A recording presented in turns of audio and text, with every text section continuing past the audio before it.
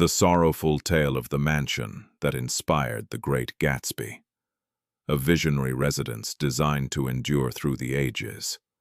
A spot where evenings gleamed brighter than the afternoons. Endless streams of champagne cascaded through its halls. The band's melodies rang out so powerfully that the ocean itself grew hushed. Yet under the dazzling surface lurked mounting debts, hidden anxieties, and unspoken regrets. This property, the spark for the great Gatsby, served more than just extravagant gatherings. It became a snare. Renown was purchased at a cost. Legacies were quietly buried, and pacts were sealed away from prying eyes. Clarence thought the enduring stone would safeguard his standing, but could it merely conceal the fissures beneath? As the illumination dimmed, so did the companions. Once the tunes died away, the obligations lingered on. Eventually, this grand domain vanished from sight, as though it had never stood at all. What drove its downfall? Who truly bore the expense of this illusion? In fortune squandered, kin sacrificed, prospects shattered. This isn't a whimsical yarn of opulence. It's the chronicle of a vision, turning into a weight and glamour masking deeper truths. Consider this. If the very home that birthed the Gatsby myth couldn't endure, might the myth itself fade away? Part 1. Dawn on the Gold Coast. Now let's venture to that shoreline. It was May, 1899. The northern edge of Long Island stretches about 20 miles eastward from Flushing Bay. A stretch of farmland, sleepy fishing hamlets, and serene coves. No grand chateaus in sight. No ornate entrances. Just brisk salty breezes and the rare retreat nestled away from the sound. But wealth was stirring. Clans whose surnames hadn't yet graced the social columns were snapping up vast tracts of earth. They rolled in via exclusive train compartments, eyed the shoreline, inked the deeds, and rolled out again. This wasn't the polished allure of Newport. Not quite. It remained an empty canvas, ripe for emerging riches to etch their marks in granite. At Roslyn, where the inlet tightens and woodlands scale the rugged cliffs, a single plot rises distinct, perched high, protected by its contours. Like a born stage, it opens northward to Connecticut and westward to the faint haze of the metropolis. Spanning 216 acres, with direct access to deep waters, timber thick enough to screen a sprawling domain, yet spacious enough to showcase sweeping panoramas. The cost was formidable. The purchaser showed no pause. He was Clarence Hungerford Mackay, aged 25, scion of the Comstock silver fortune and the Commercial Cable Company, a realm of transoceanic telegraph cables linking distant lands. He wasn't crafting a mere seasonal retreat. He was proclaiming his presence. At his side was Catherine Dewar Mackay, 22, offspring of a U.S. Army general and kin to the Livingstons through her lineage.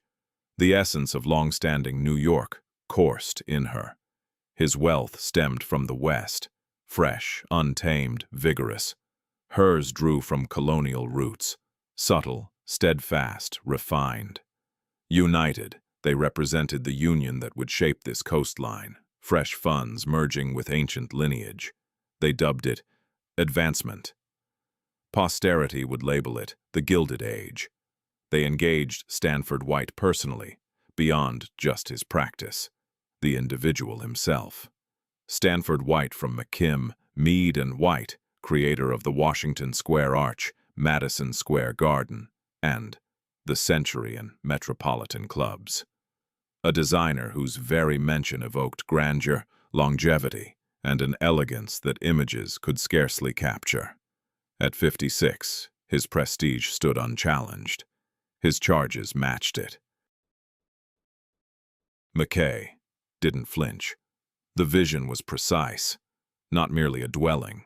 A full compound, a vast salon for 200 visitors, a chamber for music, calibrated for virtuosos, a banquet space accommodating 40 with ease, a study suited for avid acquisitions, lodging extensions ready for gatherings of 20 or beyond, balconies gazing over the bay, landscapes cascading to a secluded dock, servants' areas tucked away but practical. Each space scaled not for ease but for significance. White absorbed the details, drafted ideas, polished them. He came back with designs that left Catherine breathless and drew a firm nod from Clarence. The allocation, $2 million, equivalent to about $70 million today. Timeline, 3 years. Maximum labor, 200 workers. Supplies, Indiana limestone, Italian marble, U.S.-sourced copper, Belgian panes, Oregon wood, all exceptional, none pulled from nearby quarries.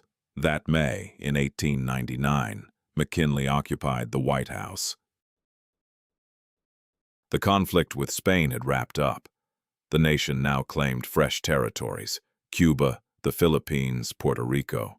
Imperial reach overseas, lavish homes domestically. The parallel wasn't mere chance. The Mackays positioned themselves on the bare soil, gusts tugging at her veil, his palm shielding from the sparkle on the water. In that instant, they trusted that masonry could secure joy. That vastness meant security. That a residence, if erected with sufficient splendor and skill, could bar the passage of time, scrutiny, uncertainty. White shared their conviction. He'd raised landmarks in the past. This would differ. Airier in mood, shying from heavy marble villas toward a smoother American grace. He christened it Harbor Hill. The title evoked softness, rural charm, near humility. The reality would defy them all. Construction began in July. Part 2. Workshop beneath the open sky. The initial teams pulled up by boat and cart. Surveyors equipped with transits, engineers armed with stakes, and foremen clutching lists already stretching to 2 pages swarm the site. Instead of open fields, they encounter a dense woodland. Century-old oaks tower overhead. Maples stand as thick as pillars. The underbrush is so tangled, it could swallow a person whole. According to White's design, they must clear 40 acres while preserving the natural amphitheater that first captivated Mai about the location. It's all about careful selection, precise trimming. The surviving trees need to enhance the vistas, not obstruct them. This calls for delicate precision, more like an operation than brute clearing. Come August, digging commences.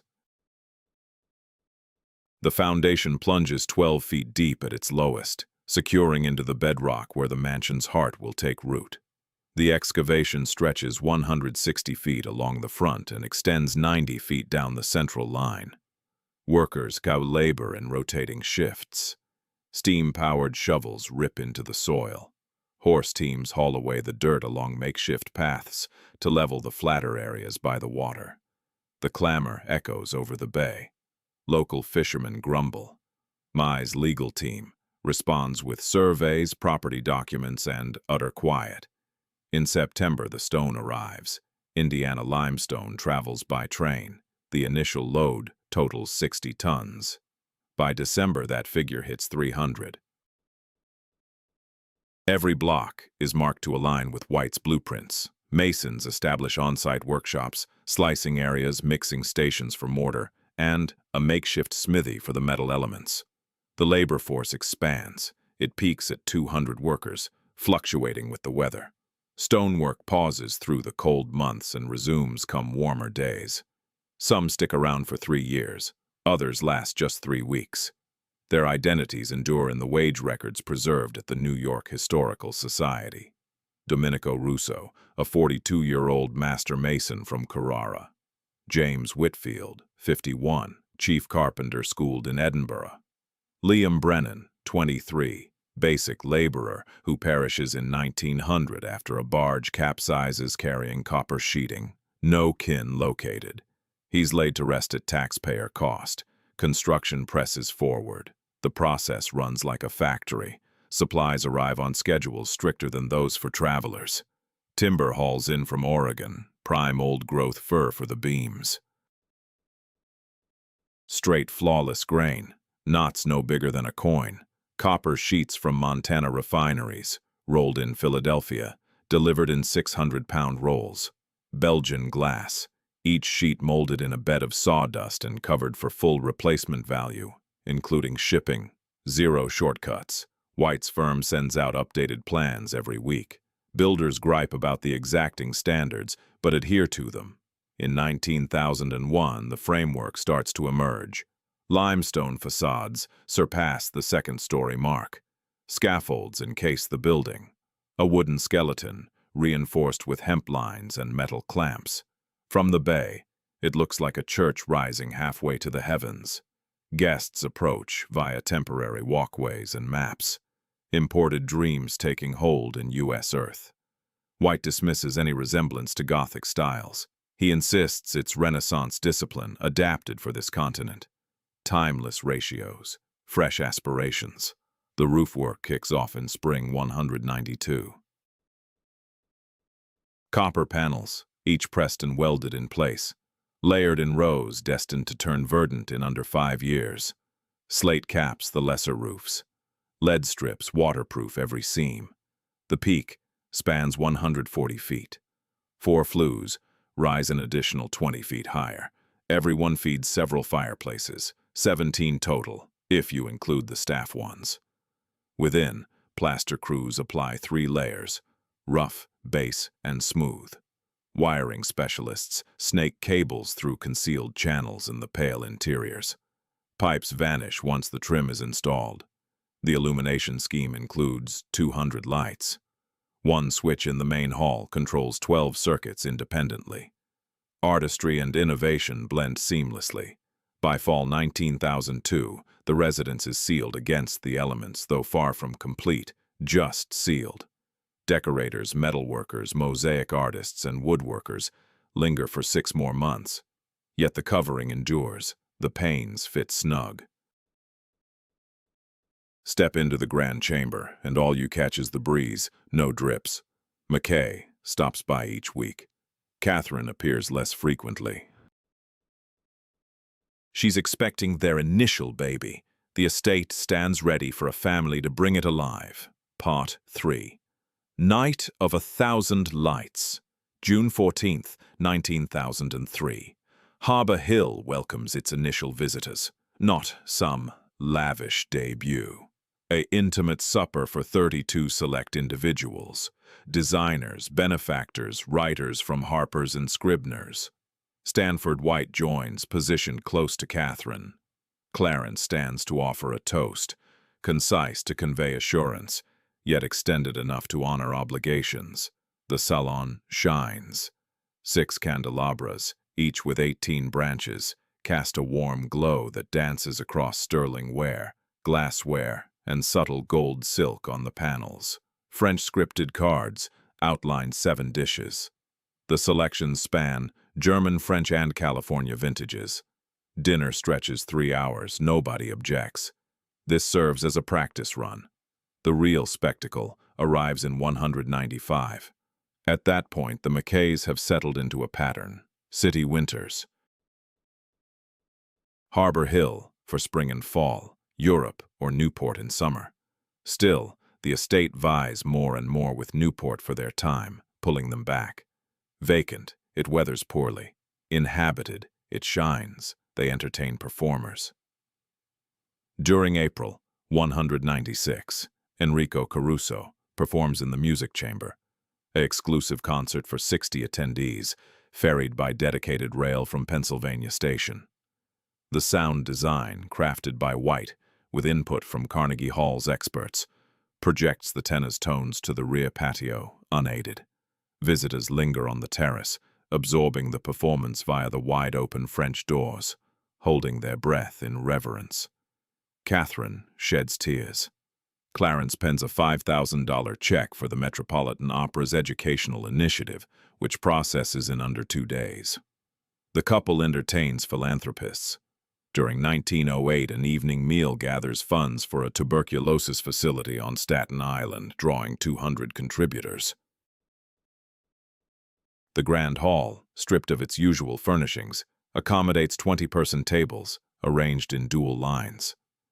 Catering demands 40 servers, sourced from the Plaza Hotel, and drilled for 3 days on the Harbor Hill layout and the progression of 12 dishes.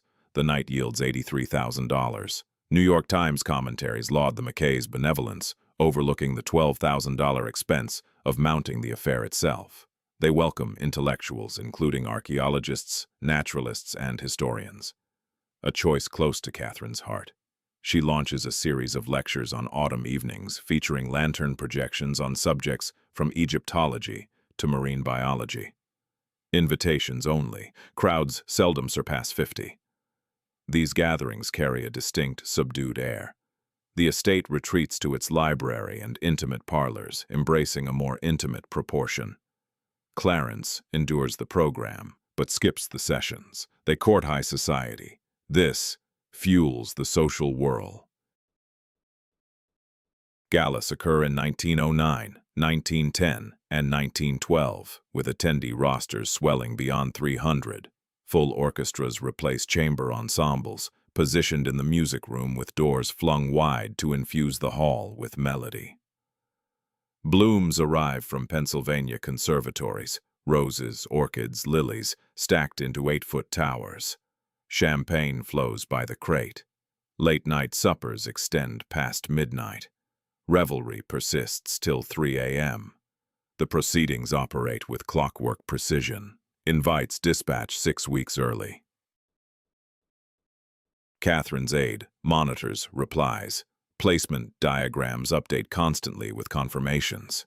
Catherine vets the menus, Clarence the wine selections, and jointly the decorative flora. The household staff balloons from 30 to 60 for such occasions. Additional footmen come via Manhattan firms. Supplementary chefs bolster the 5 steady kitchen hands. Each event runs about $15 to $20,000, equivalent to roughly $600,000 now, excluding damage to rugs, tableware, and glassware, or the underlying toll. For under the glamour, a subtle change stirs. Images from this period capture Catherine's grin, yet it grows strained. Clarence puts on weight. His portraits reflect a hardening visage. Publicly, they present a united front. Privately, the help observes restraint. Individual sleeping quarters, staggered dining times. The mansion brims with company and clears out by daybreak. The pair navigates alongside it. By 1914, murmurs arise, not concerning the property but their union. Social notices allude, columns suggest innuendo. That season, Catherine journeys to Europe solo for 4 months. Clarence stays put at Harbor Hill, organizing modest assemblies with dimmer illumination. The grand hall, designed for delight, now resounds with emptiness. Part 4. Shadow in the Golden Room. By 1915, the rift moves beyond rumor to publication. Town topics. The notorious gossip rag that unnerves New York elites. Prints and veiled notice clear to insiders. A cable tycoon's spouse favors Paris over the North Shore. Speculation arises whether transatlantic cables relay news or mere quiet. Catherine stays silent. She lingers in Europe into winter. Her correspondence to acquaintances archived in the Dare family collection. Details galleries, gatherings, and wartime aid as conflict escalates. Clarence goes unmentioned. Harbor Hill draws no reference. The absence resonates more than any grievance. Clarence packs the estate with visitors, additional suppers, expanded recitals, bigger crowds, extended stays. He now includes professional contacts beyond just the elite. Figures from the cable firm, the postal telegraph consolidation, and nascent wireless ventures challenging his domain. The atmosphere alters. Fewer melodies, more tobacco, departing from Catherine's inclinations, aligning with Clarence's dictates. The residence adjusts. The personnel observe unused chambers. Untouched silverware. In May 1914, Catherine comes back, not for mending, but bargaining. The specifics remain confidential, though outlines surface in later legal documents. Distinct homes, joint civic duties, facade of solidarity, underlying divide. Catherine retains her suites at Harbor Hill. Clarence upholds his routine. They show up paired at key functions, benefit soirees, nuptials, memorials. Photos depict them adjacent, contact-free. The social sphere endorses the charade. Dissolution would ignite outrage. This compromise suffices. Harbor Hill registers the transformation. Domestic staff recount the shifts. Duets at table turn solitary, delivered to varied spaces at offset times. The morning room, Catherine's territory, filled with volumes and mail, fades during her trips. Clarence's office grows. He labors into the night, rests little, imbibes heavily. His doctor visits routinely. The steward maintains brandy in triplicate spots. A domain crafted to showcase accord now reveals discord. The offspring observe. Catherine McKay raises 3.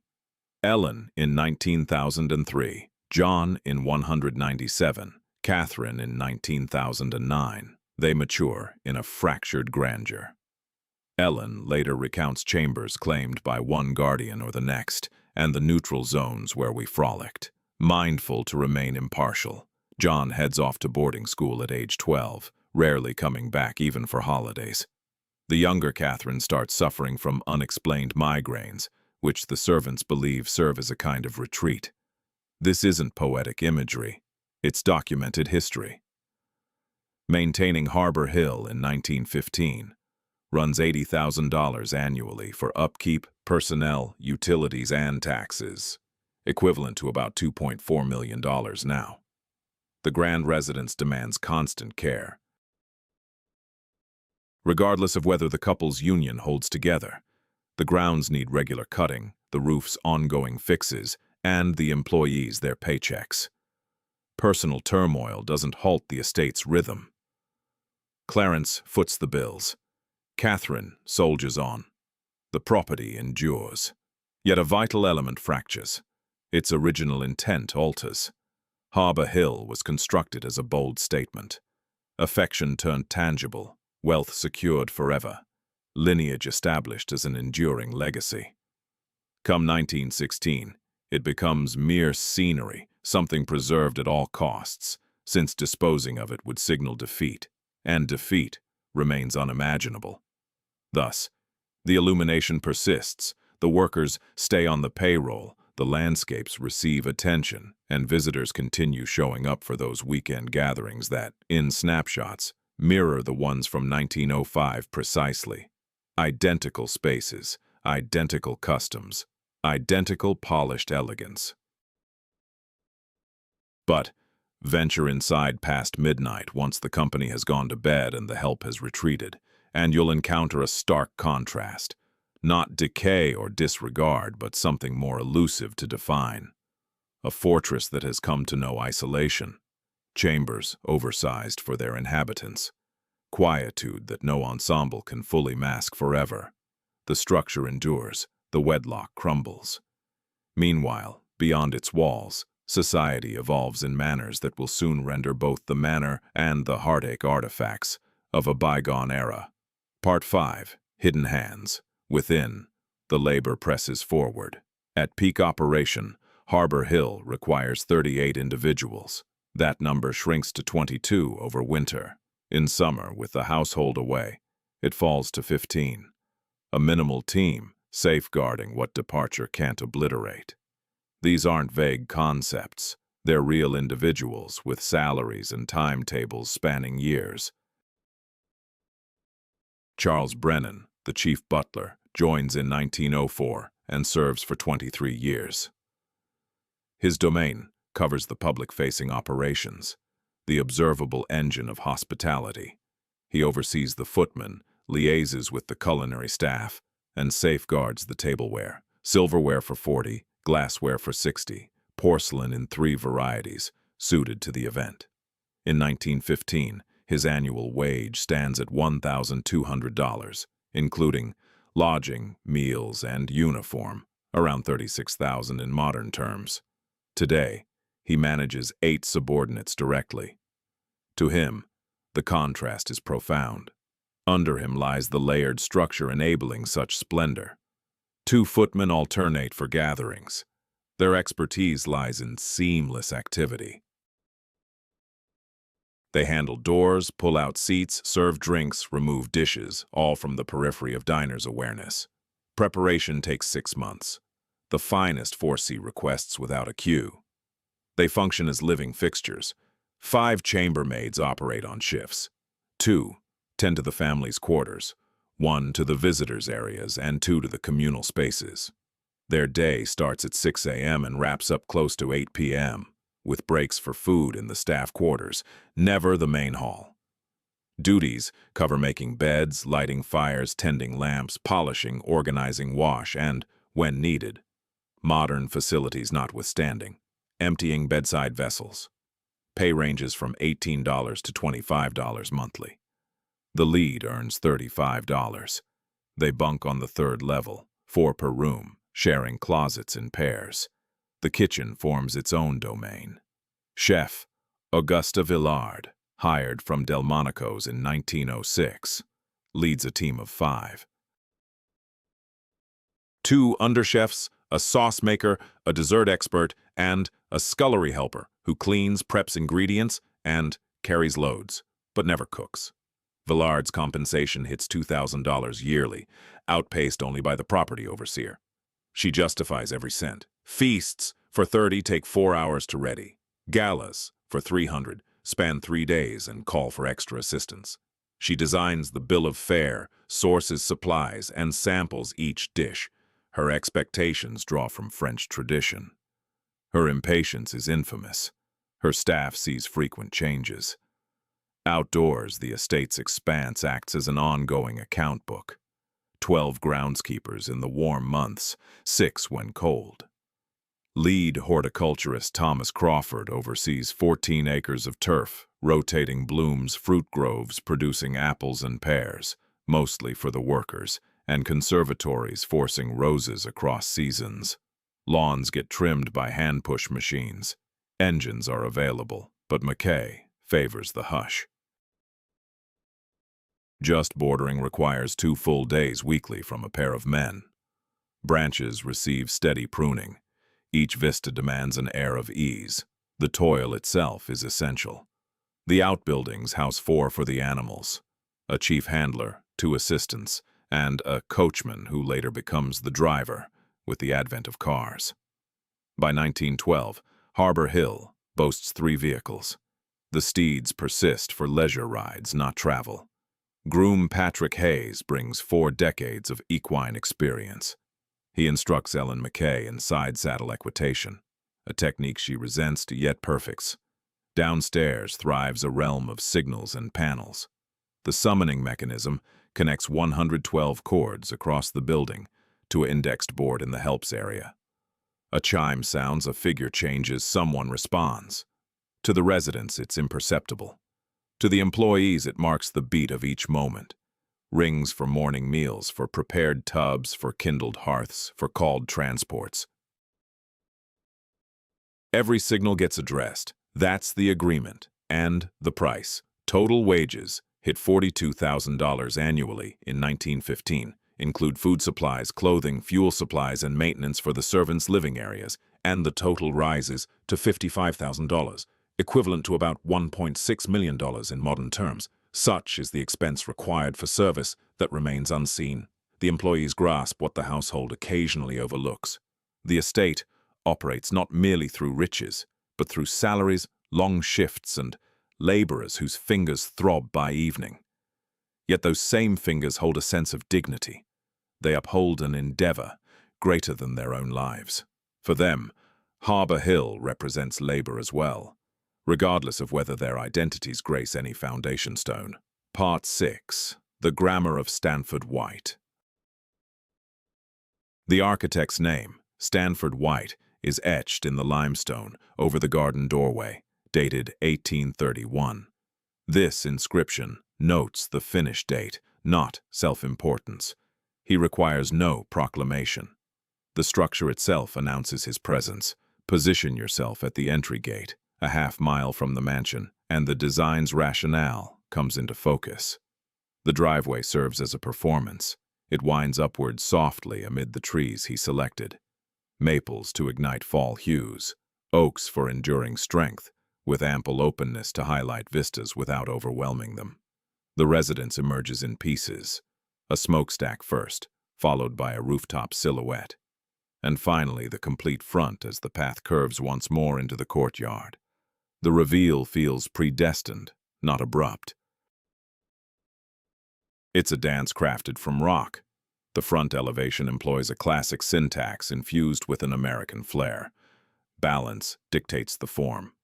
The core section ascends across 3 levels, bookended by shorter extensions that recede and descend, creating a cadence.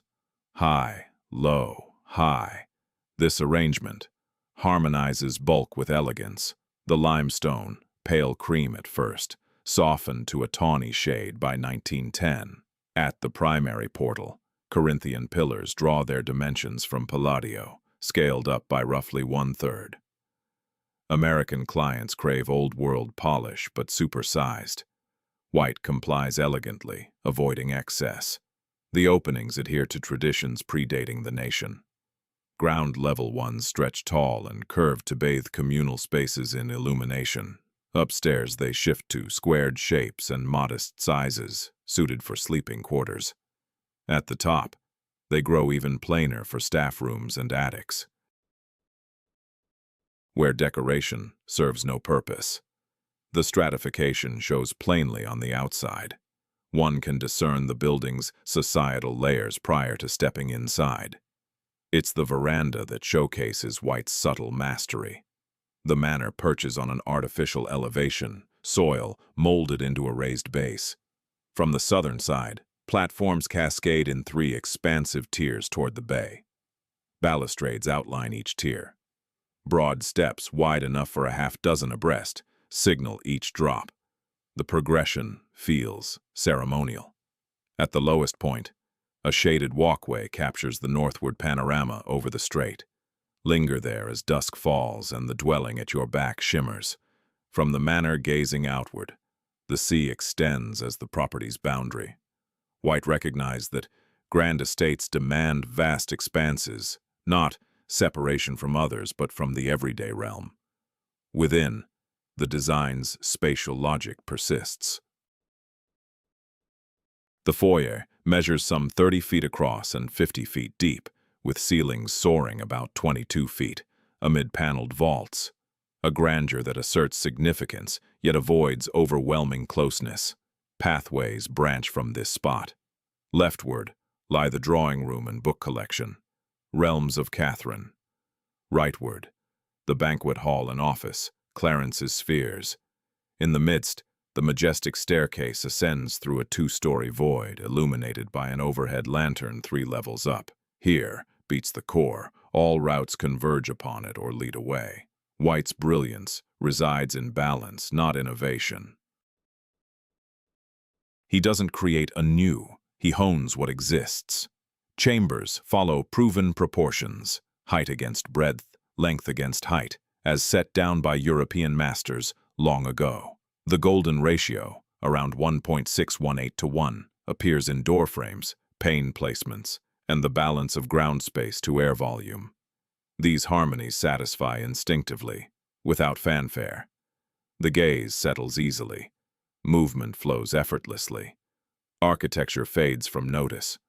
One merely inhabits it, assured that nothing could suit better.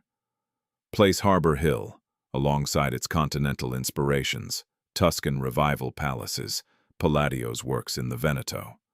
White adopts their idiom, fluid porticos, balanced frameworks, and adapts it. Continental manors sprang from rural holdings, their order mirroring field patterns. Harbor Hill springs from manufacturing fortunes, its order embodying command. Identical lexicon, altered phrasing. The outcome, a residence that captures stunning images and functions smoothly. Spaces connect seamlessly, without disarray. Sunlight enters abundantly. Sightlines run straight, From veranda through corridor to the bay, they connect. Positioned in the central level, one peers straight through the building to the water afar. This is the enfilade, a concept the French termed and White adapted for patrons seeking the continent without the journey. Design as persuasion, volume as evidence. White erected Harbor Hill to declare fortune indeed, discernment, authority indeed, and moderation. The creation achieves them all. Part 7, Wires and Fortunes. Yet funding it all fell to one person. Clarence Mackay came into a domain vast as leagues of undersea cable. His father, John William Mackay, arrived in California in 1851, penniless.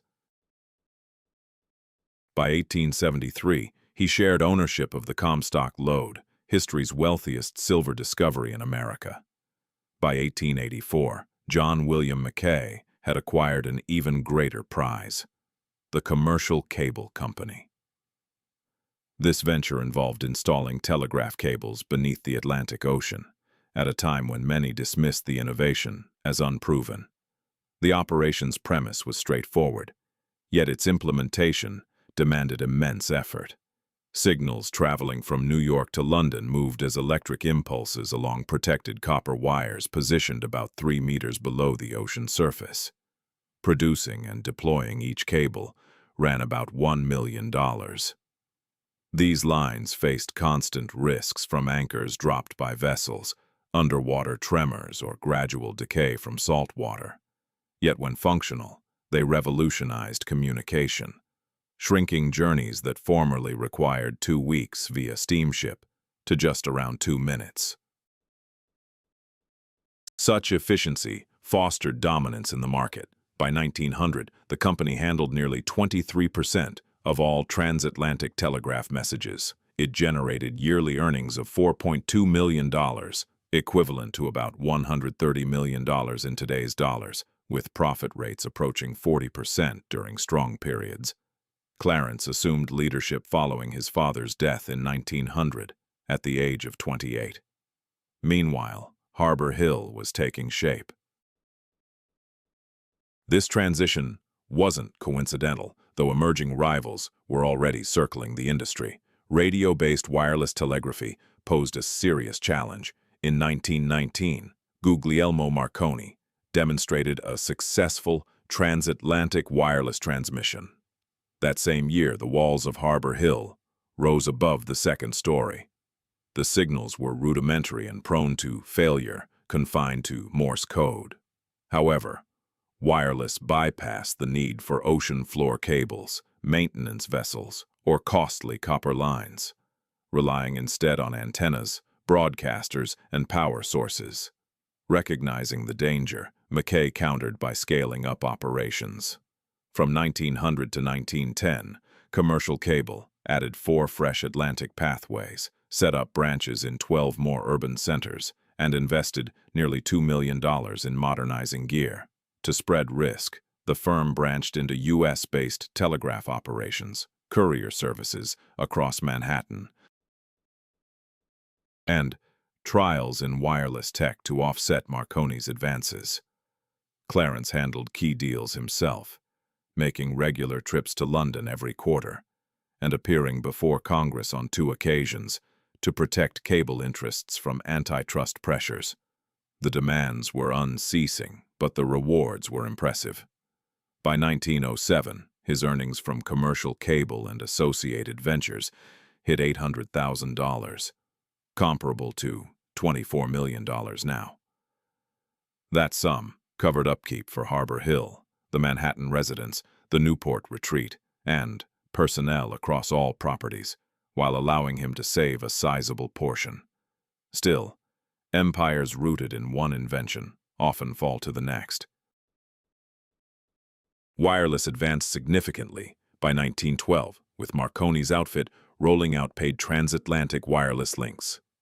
In April of that year, the Titanic's sinking highlighted wireless's value as urgent signals alerted nearby ships and preserved lives.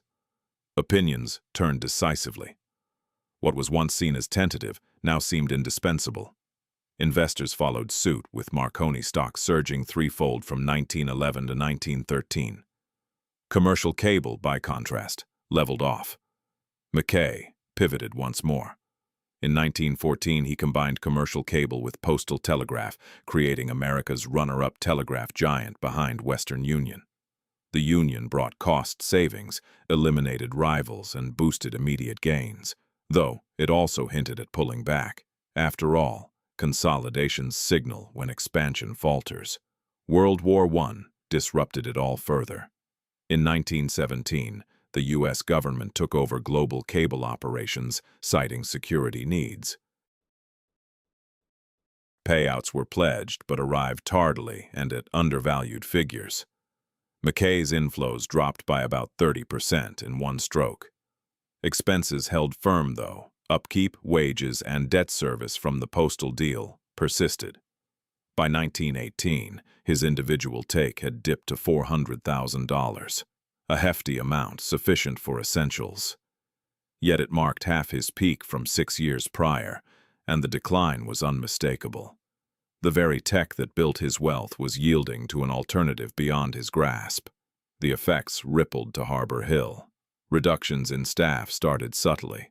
A groundskeeper left upon retiring, with no successor. Visitor quarters hosted fewer stays.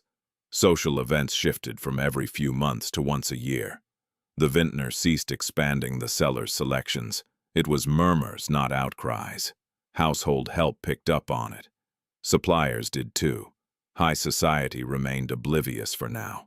The estate continued to gleam. Grounds stayed pristine. Outwardly, no flaws appeared, but the supporting wealth was eroding, while the structure's grandeur pressed on, undiminished. Part 8. Conflict alters the rhythm. On April 6, 1917, the United States enters the war against Germany. Just 2 weeks later, on April 20th, Harbor Hill steps up as well.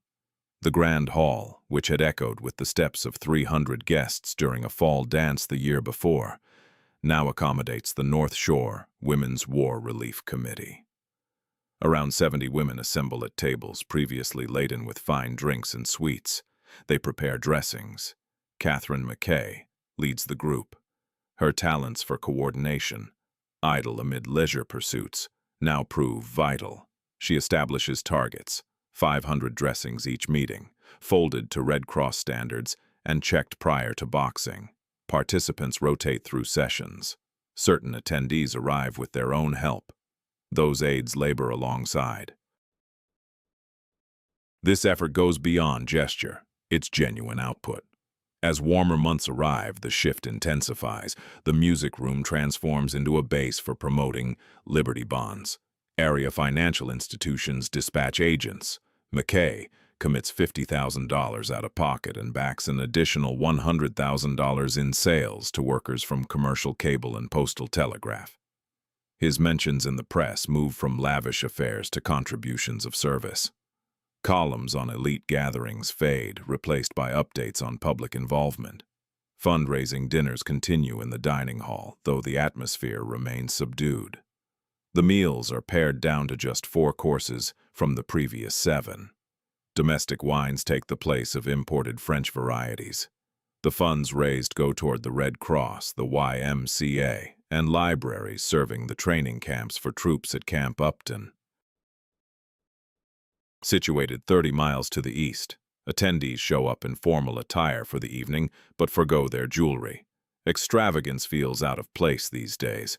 Moderation has become the mark of good character. That October in 1917, Catherine steps forward to volunteer Harbor Hill as a convalescent facility should the need arise. Authorities acknowledge the proposal, archive it, and hold off on using it right away. Facilities on Long Island can handle the current load, yet the intention carries weight. What was once a beacon of personal fortune now steps up for communal benefit. The household staff adapts accordingly. Butler Charles Brennan sets up a savings initiative tied to the war effort. Workers commit 5% of their paychecks to Liberty bonds. It's framed as optional, but in reality, nearly everyone joins in. It's tough to untangle genuine loyalty from social expectations. When the conflict wraps up, the Harbor Hill team will have invested $4,000 in bonds, equivalent to about $120,000 in modern terms. Brennan maintains meticulous logs. He'll ensure every cent comes back. Clarence's support operates more quietly, but hits harder. His commercial cable company provides bandwidth for armed forces signaling. Overseas cables handle encrypted signals that jump ahead of regular business. Profits dip as a result. McKay stays silent on the matter publicly. Behind closed doors, though, his financial team calculates the hit.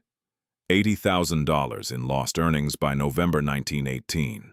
He makes no bid for compensation. The conflict also introduces unfamiliar visitors. Come spring 1918, Harbor Hill puts on a getaway for officers stationed at Camp Upton. Majors and colonels join a brigadier general. The goal centers on boosting spirits and gathering donations. The military men explore the property, eat in the grand dining space, and listen to a string ensemble performing works by Borodin and Dvořák, steering clear of anything German.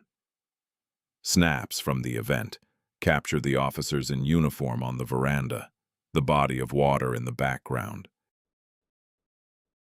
Their faces, composed with caution, they're under scrutiny, just as much as being celebrated. The elite class observes closely to gauge if the affluent truly contribute, or just put on a show.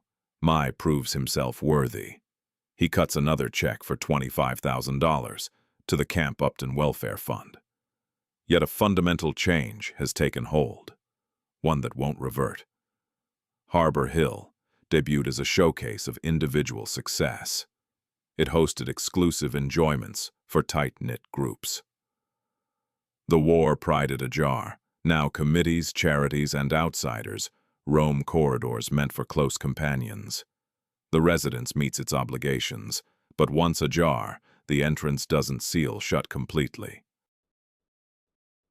Following the ceasefire, that November 1918, existence doesn't snap back to 1914 levels. Gatherings pick up again, but on a reduced scale. Invitations dwindle. The mood fails to recapture its earlier carefree vibe. Folks have witnessed horrors, burned through resources, and endured losses too deep. They've also gotten glimpses into places like Harbor Hill, not merely as invitees, but as members of the public asserting brief claims. The property stays imposing. Impressiveness by itself no longer suffices as rationale. Clarence and Catherine feel the undercurrent without putting words to it. They carry on with their events. The traditions endure, but the core has shifted, and some 20 miles westward, in a leased bungalow, a budding author gazes at the coast and envisions a tale that will endure beyond any soiree. Part 9. Myth and Map. He's F. Scott Fitzgerald. It's 1922. He leases a dwelling in Great Neck, unpretentious compared to Gold Coast extravagances, near enough to spot the palaces and catch the faint strains of weekend tunes floating over the bay. He's 26 years old. His debut book, This Side of Paradise, brought him renown 2 years prior. His follow-up, The Beautiful and Damned, moved copies but earned divided reviews. A third novel beckons. To make it stand out, he observes intently. Fitzgerald mingles at coastal celebrations. Not Harbor Hill. He doesn't have the connections. But at similar domains in essence. Pillared entrances, sweeping lawn terraces, automobiles and boats ferrying arrivals, bands playing till sunrise, champagne flowing so freely that prohibition seems like a faint memory. He scrutinizes the players, fellows who built empires via wartime deals, stock gambles, property flips, ladies wed to status, cash, or a mix, all enact opulence, delight, belief in an endless 1922. He spots the act in his own role as well. In 1923, Fitzgerald pulls in $28,000, around $500,000 now. Impressive for an author, yet insufficient for this coastline. His strength lies in writing fame, not inherited power. He inhabits the realm without belonging to it. The ideal vantage for watching. That fall in 1923, he starts outlining. Initial title, Trimalchio in West Egg. The backdrop, a pair of made-up spits of land, East Egg and West Egg, drawn from Great Neck and Sands Point, home to Harbor Hill. The storyline, an enigmatic tycoon throws lavish bashes in a showy home aimed at captivating a woman on the opposite shore. She's wed, out of reach, representing the ideal he craves but can't grasp. The ties to Harbor Hill aren't spot on. Gatsby's residence evokes Georgian colonial rather than Renaissance flair. The soirees run rowdier, less refined. Still, the layout rings true.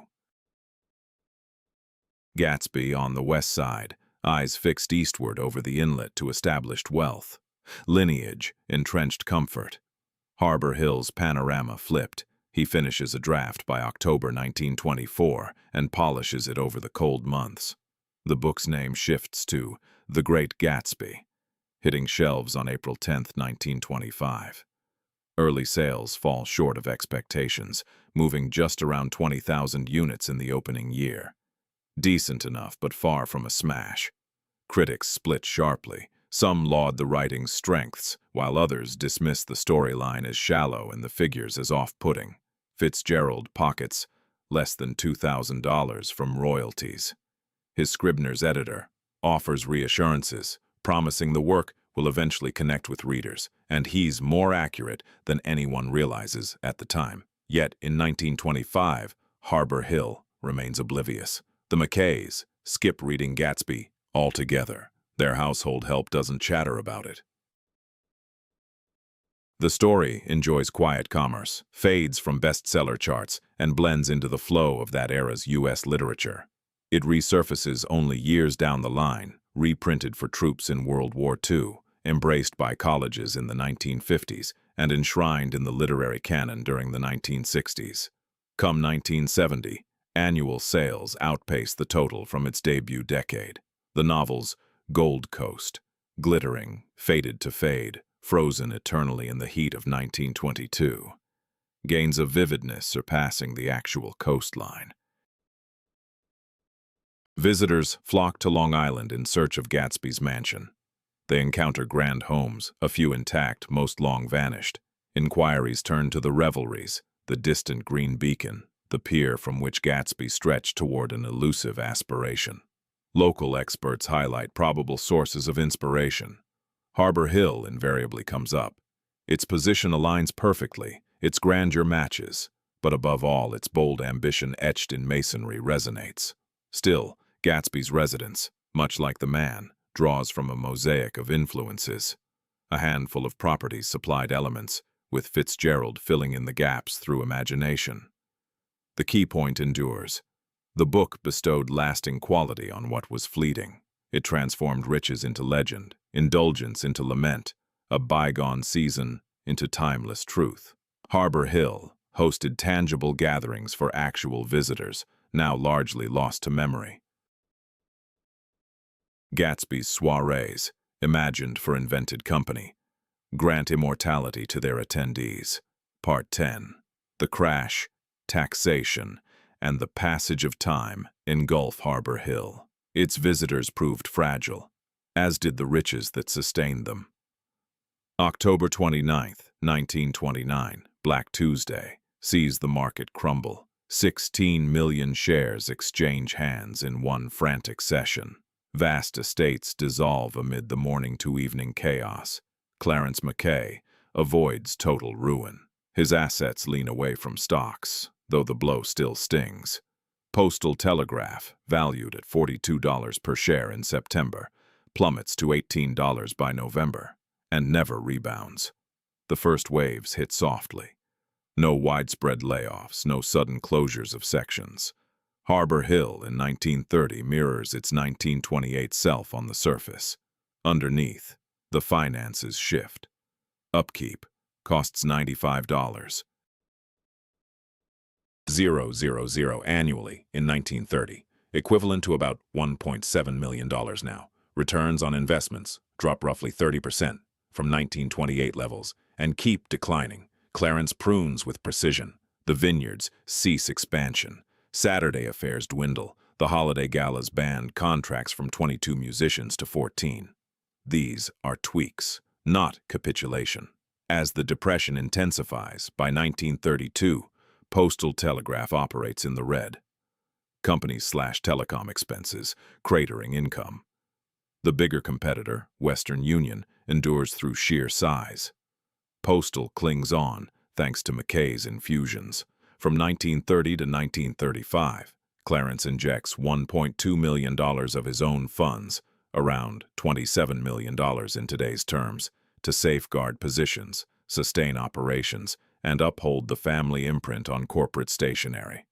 The estate bears the cost. Reductions in personnel evolve from suggestions to standard. The groundskeepers shrink from 12 to 7. 3 chambermaids depart. The driver holds on. 2 groomsmen exit. Butler Charles Brennan takes a 10% pay slash to stay employed. He endures. Others depart. By 1935, the core team stands at 22, half its size before the downturn. Levies hasten the slide. Annual property taxes climb from $12,000 in 1925 to $28,000 in 1935, even as broader valuations tumble. The explanation: Harbor Hill's enhancements prove enduring. The palace, outbuildings, conservatories, and landscaped slopes, tangible fixtures for officials to appraise and bill. Acreage might depreciate, structures persist. The load intensifies. Clarence contests the valuation thrice, prevailing narrowly once while dropping the other 2 bids. The locality craves funds. Properties such as Harbor Hill offer reliable yields. Pity runs thin. In 1936, Clarence turns 62. His vitality wanes, diabetes unchecked, heart under added pressure from worries. Doctors urge relaxation, lighter duties, perhaps voyages. Clarence brushes it aside. Postal telegraph demands his constant attention. Negotiations for a Western Union merger start, then falter. They restart, then stall anew. The firm hemorrhages. He can't staunch the flow, merely temper its pace. Catherine lingers at Harbor Hill only sporadically. Their broken union solidifies into formal separation. Joint outings grow scarce. When they happen, snapshots capture 2 souls aged beyond their calendars. At 59 in 1936, Catherine appears 70. Clarence fares even poorer. The resident starts displaying caution that borders on fatigue. Not abandonment, for Mackay forbids such, but postponement. Scheduled repainting waits. Worn rugs get flipped instead of swapped. In 1937, leaks pierce the roof. Fixes arrive gradually, section by section, dictated by available funds. Stains mar the dance hall overhead. Callers feign ignorance. Potential purchasers emerge. From 1936 through 1940, 4 credible proposals emerge. Real estate firms eye the property for redevelopment. Organizations seek to acquire the structure itself. Each proposal follows the same troubling formula. Appraisals far below the original building expenses. A 1938 offer stands at $350,000 for the full estate.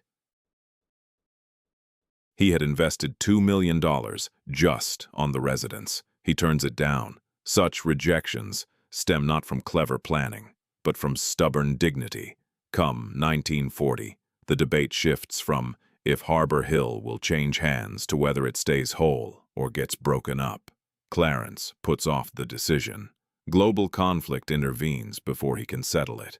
Part 11. Amid the quiet. December 1941. Pearl Harbor attack. The U.S. ramps up for war. Clarence Mackay, now 67, is past draft age and too frail for demanding wartime roles. He contributes modestly. Telegraph lines for official communications, investments in war bonds, public displays of patriotism. Officials welcome the help. Yet these acts fail to halt his mounting debts. Some time before, Catherine had progressed from emotional distance to an official separation, avoiding full divorce, but enacting a clear split of assets and duties, all documented in legal papers and media reports. The outcome was straightforward. She held on to the New York City residence, plus steady financial aid. He retained Harbor Hill, alongside the struggling telegraph business. Whether this arrangement proved advantageous or onerous varied with the circumstances. These days, he resides at Harbor Hill by himself. The household staff has shrunk to 14 members. Entire sections of the house stand vacant. The ballroom, idle since 1939, gets sealed off to cut heating costs. He sticks to his office, sleeping quarters, and a modest eating area. The vast entryway rings hollow. Dinners are prepared for a solitary diner. Clarence had wed again in 1931. His bride was Anna Case, a 41-year-old soprano, 26 years younger than him. Social circles buzzed with gossip.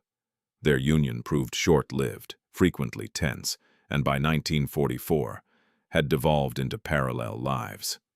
Anna preferred city life in Manhattan. Clarence stayed put on Long Island, growing more reclusive and sickly. Clarence passes away on November 12, 1938, age 64. The timeline counts because gossip frequently muddles the sequence. His passing occurs before the nation's wartime involvement, and his second union happened well in advance of it. What ensues involves probate rules, not tabloid drama. Following his demise, control of Harbor Hill transfers to company leaders. Anna challenges parts of the estate plan. Catherine, as his initial spouse, already secured her prior agreement. The offspring, Ellen, John, and Catherine, gain portions but lack authority. Ellen, who wed Irving Berlin in 1926, despite her father's objections, faced initial exclusion from inheritance before a partial reinstatement. The proceedings turn intricate, mired in lawsuits, and drag on. In the interim, Harbor Hill falls further into disrepair, tended only by a single supervisor and 2 landscapers.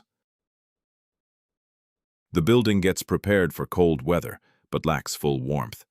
In 1940, water lines burst, inundating the northern section. Fixes depend on judicial clearance. Vandals smash panes in 1941. Area youth explore the deserted halls. Legally, it's not forsaken, just unoccupied. By 1942, relatives opt to offload it. War conditions stifle the market. Potential purchasers are few. Builders can't obtain supplies. The listing starts at $400,000. Zero's interest. It drops to $300,000. A single expression of interest yields no deal. In 1945, the price hits $250,000 for a site that once demanded over $3 million in construction and outfitting. That year, in 1947, an interested party surfaces for the acreage alone, ignoring the dwelling. A builder envisions Harbor Hill Estates, about 60 home sites extracted from the 216 acres. The main house poses a hindrance, not a draw. The proposal includes tearing it down. The heirs agree to $190,000, equivalent to around $2.7 million in modern terms. The transaction finalizes in August. Wrecking starts in October 1947, 6 months of systematic dismantling. Reclamation teams lead off. They extract marble fireplaces, glittering light fixtures, rich wood walls, the majestic staircase, hawked to vendors and estates craving quick opulence. The framework succumbs to explosives and machinery next. Stone blocks get pulverized for base material. The metal roofing gets removed for recycling. By April 1948, nothing stands. 45 years post-finish, Harbor Hill vanishes, not through gradual decay or oversight. Intentionally, with precision, it's erased. Images endure. Blueprints rest in storage. Scattered remnants, like entrance arches, landscaping features, stray artifacts, endure in exhibits. Yet the structure proper, the tangible creation sketched by Stanford White and erected by countless hands, exists no more. What's left? The terrain, parceled out. 60 dwellings in place of one. Residents oblivious that their yards once echoed with symphonies. Plus, the enduring fable of Gatsby's indestructible palace, eternally alive with timeless revelers. Part 12. Heritage and aspiration. The twist fits perfectly. Imagination safeguarded what wealth failed to defend. Harbor's fate wasn't singular. From 1940 to 1960, more than 200 North Shore mansions met the same end. Causes differed. Escalating levies, upkeep expenses, evolving cultural norms, push from expanding suburbs. The sequence stayed constant. Owners divested, investors bought in, heavy equipment rolled up. Soon, palaces requiring decades to raise turned to echoes. But momentum changed. The National Trust for Historic Preservation, launched in 1956, fueled in part by fury at such vanishings. In 1966, federal lawmakers enacted the National Historic Preservation Act, creating systems to spot and shield key landmarks. Individual states adopted similar measures. New York established procedures for designating landmarks. Community historical groups sprang up, cataloged sites, and battled to save them. A few grand homes endured. Oheka Castle, constructed in 1919 just 8 miles from the Harbor Hill location, was rescued in 1984, renovated, and today functions as a hotel and venue for events. Old Westbury Gardens, erected in 1906, was safeguarded by the Phipps family and made accessible to visitors in 1959, drawing around 50,000 people each year. Sands Point Preserve, once the Guggenheim Estate, was protected from developers in 1971 and transformed into a nature reserve and historical landmark. These triumphs often involve shared strategies. Grassroots campaigns, innovative funding, repurposing for modern uses like museums, educational facilities, gathering spots, or wildlife areas, methods that allow aging mansions to thrive without the luxury of a 38-person household staff in today's economy. The demolition of Harbor Hill showed advocates the steep price of staying quiet. Now, groups such as the Society for the Preservation of Long Island Antiquities, Preserve America, and neighborhood history organizations keep records, provide expert guidance, and rally community backing whenever a property risks being torn down. Victory isn't assured, but the battle unfolds openly and with determination these days. You're involved in it. Each visit to a historic home museum helps cover its upkeep costs. Each time you pass along a tale like this one, you strengthen the argument for protecting our heritage. When a nearby estate is eyed for redevelopment, your note to the local council, your presence at the public meeting, your input, they all count. Harbor Hill is lost forever, irreplaceable. Yet many similar properties remain upright, still at risk, still depending on whether locals deem their worth greater than the hassle they pose. The laborers who raised Harbor Hill have passed away. The lineage that dreamed it up departed. The designer, the visitors, the musicians, all faded into history. What lasts? The archives, the images, the detailed blueprints, the narratives we share, and the decisions we reach right now about the structures that persist. Gatsby was imagined. The destructions were not. The upcoming salvation belongs to us.